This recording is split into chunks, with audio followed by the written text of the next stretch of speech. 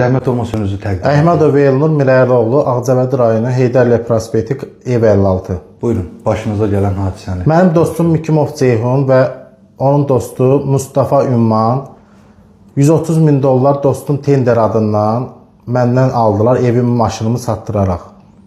Mən bunlara 130 min dollar verəndən sonra bunlar qaçdı Türkiyə şəhərinə. Hansı adından almışdılar həmin 130 min dollar? Təhsil Nazirinə tender adından.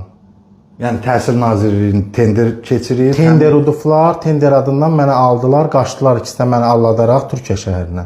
Buyurun, sonra başınıza nələr gəldi? Sonra dostum şəhid ailəsindən 50 min manat pul almışdım deyə. Dedi mənim tanışlarım var.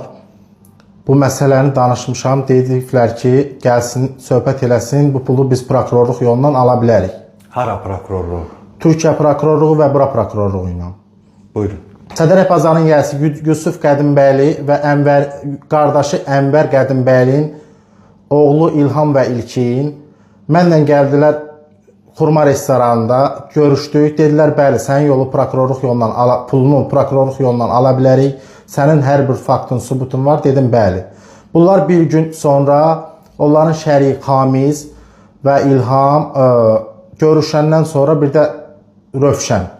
Görüşəndən sonra bunlar məni çağırdılar Türkiyə şəhərinə. Çağırdılar ki, bəli, sənin pulunu ala bilirik. Türkiyə prokurorluğu vasitəsilə Bəli, pulu alırlar. bəli, bəli. Bir yaxşı söhbət elədiniz. Siz gedirsiniz Türkiyəyə, orada prokurorluğa müraciət edirsiniz onların vasitəsilə. Sizə pul, sizin pulunuzu mənimsəyən şəxslərdən biri Türkiyə vətəndaşı olduğu üçün bu proseslər Türkiyə dövlətində həyata keçiriləcək. Yəni belə deyək. Bəli. Onlarla gedib, onların axranası Rövşənlə görüşəndən sonra, bir də oğlu İlhamla görüşəndən sonra İlham dedi ki, narahat olma, sənin pulunu alacağıq, heç bir narahatçılıq yoxdur, prokurorluqla danışmışıq. Axranalar Rövşən məni apardı bir şəxslərin yanına. Mənə orada məlum oldu ki, bunlar dövlət adamı yox, kriminal aləmlərin üzvləridir. Və türkü yığdılar Mustafa adlı şəxsi. Dedi, sən bunlara 130 min dollar pul atmışsan. Onların bütün əmlərin, dayıların dedi, sənə vaxt qoyuruq, bu insanın pulunu ver. Bunlar sənə dedi, bəli, Ceyhunla bir yerdə eləmişik, amma biz ona pul atmamışıq, onun pulunu verəcəyik. Oradan çıxandan sonra Rövşən, mən, bir də İlham görüşdük. Türk mənə zəng elədi ki, bəs kartına sənə 5 min dollar pul atıram. Onların axranası Rövşən və İlham mənim üstümə düşdülər ki, icazəsiz niyə başqa iş görürsən? Mənə dedilər ki, sən türkü yığ, denə ki, sən mənə heç bir borcun yoxdur, 130 min dollarımın hamısını aldım. Mənə türkü yığdıdılar, dedim ki, bəli, mən 130 min dollarımın hamısını aldım. Dedilər, sən narahat olma, ged üzə Azərbaycana. Mən dostum Ceyhunla görüşən zaman, Ceyhun mənə Allahda apardı, verdi oğruların əlindən yenə də. Mən oradan yenə də qaçdım. Yəni oğrular dediyiniz kriminal aləmin üzvləri, bəli. Mənə dedilər ki, səni öldürəcəyik. Mən bunu Azərbaycana gələndən sonra Rövşənə danışdım. Rövşən mənə dedi ki, səni Azərbaycanda öldürəcəklər. Rövşən Sədərək Ticarət Mərkəzinin sahibi Yusuf Qədimbəylinin qardaşı oğlanlarının bəli, İlkinin axranasıdır. Bəli.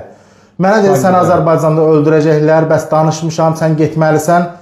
Adam var, sənə nömrə verirəm, pulunu almışam, apar onlara 10 min pul ver, yoxsa səni öldürəcəklər. Mən də getdim, haqq verdi və Ramil adlı şəxslə danışdım. Dedim, bəs mən pulumu bunlar aparıb, mən niyə öldürməlidirlər ki? Dedi, bəs bizə əmr veriblər ki, səni vurmağa biz burada. Mən də bunlardan qorxaraq, mən bunlara aparıb 4 min manat pul verdim. Sonra bunlar mənə dedi ki, oğru İlqamın yanına getməlisən.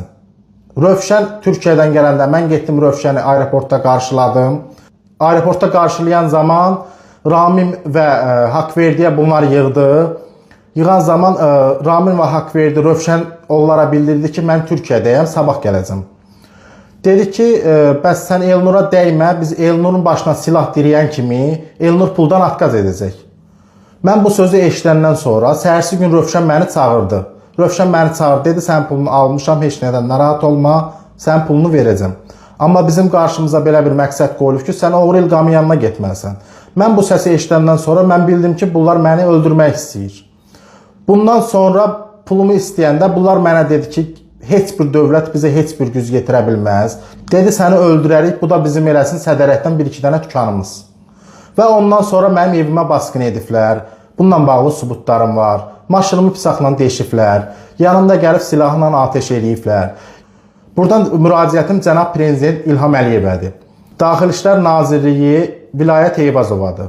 Baş prokuror Kamran Əliyevədir. Dövlət Təhlükəsizlik Xidmətinin rəisi Əli Nağivədir ki, mənim pulumu əldə edib məni ölümdən hədələyirlər. Mənim və ailəmin həyatı təhlükədədir. Mən sizdən artıq dərəcədə xahiş edirəm ki, mənim bu işimə qanun qarşısında cavab verilsin. Bunlar öz elədiyi qanunsuz hərəkətlərindən qanun qarşısında cavab verilsin.